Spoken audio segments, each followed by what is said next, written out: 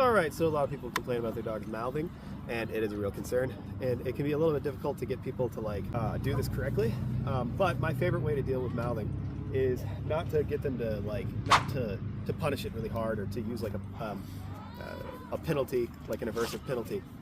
Instead, you put it on cue. So like a fun example that I heard once from, actually from Ivan Balabanov is, if you have a dog that like digs in the trash, so like say they dig in the trash can and they dig a bunch of stuff out. Well, instead of just being like, okay, like every time they go towards the trash can, just like, you know, use a conditioned punisher or like make a correction, do some kind of aversive penalty. Instead, you could teach them to do all kinds of fun tricks with the trash can. As an example, you could teach them to go up and put their paws in the trash can, right? And it's like, oh, that's cool. And then basically you form this relationship with the trash can that everything is okay. Right? You can go sniff it, you can touch it, you can approach it, you can put your paws on it. You just can't dig in it and take trash out, right? So you punish that. You use an aversive penalty for that, but nothing else. So like you can do the same thing with mouthing. So you can make it context dependent.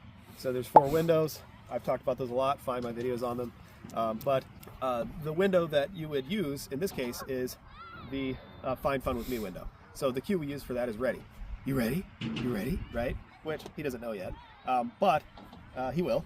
So the way it works is, as an example, one of the other windows is Find Your Own Fun, right? Or the Enough window, right? Where he's in the Calm Liberty, right? So in Calm Liberty, that would be completely unacceptable. So say you guys are chilling in the house, you guys are sitting on the couch. Mr. Clark Kent comes up. Clark Kent goes, oh, I want to play, and he goes and mouths you, right? You pop him, you tell him no, enough, right? You would just tell him enough, and then you'd make him stop and chill out. And as soon as he's chilled out, everything's okay, but he needs to be chilled, right? So it wouldn't be acceptable in that window, or in the Find Your Own Fun window, right? So you say, okay, go, right? And now he's cool to go do whatever he's gonna do. It doesn't matter, right? He can go sniff Evan, he can go do whatever he wants. But if he went to mouth you, you'd be like, hey, don't do that, right? You would correct it. However, say you use the play window, right? The Fun With Me window, the Get Ready window. You could be like, hey, Clark Kent, you ready? You ready? You ready? You ready? Right? So you initiate a game. You ready, bud? He likes Evan. Oh, you ready? So I'm gonna play bite him. You ready? You ready? You ready? So I'm initiating. You ready?